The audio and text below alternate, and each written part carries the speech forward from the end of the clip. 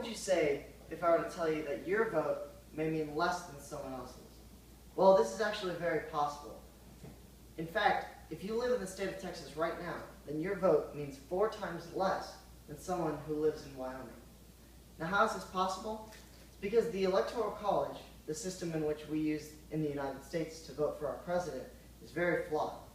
The 3 main flaws that experts seem to come up with when they talk about the Electoral College are the ability to win an election without majority favor, the unequal distribution of voting power per capita, and the winner-take-all system.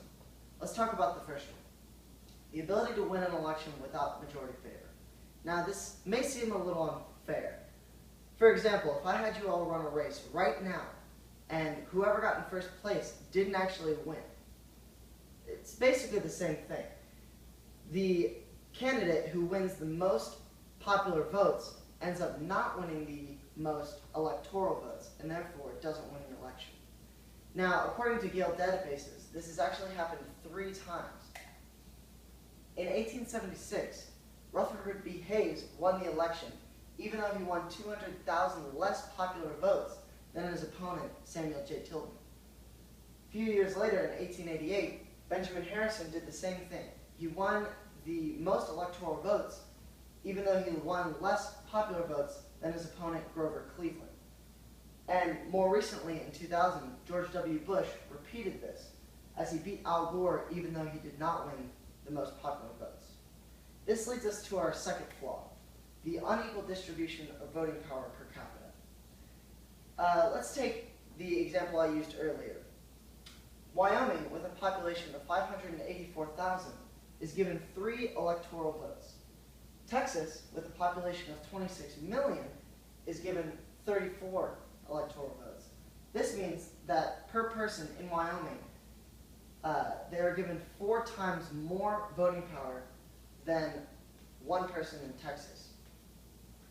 According to Jonathan Chait's article, Who Needs to Win, you only need to win 21.6% of the popular vote if you target states with more voting power, such as Wyoming, to win 50% of the electoral votes. Finally, let's talk about our third flaw, the winner-take-all system. According to Matthew Frank's article, National Popular Vote Plan, the winner-take-all system is the system which gives one political party all of the electoral votes from a state as long as they win 50% of their popular vote. Now, this seems a little uneven. If a state is exactly 50% in favor of one candidate, shouldn't only 50% of their electoral votes go to that candidate?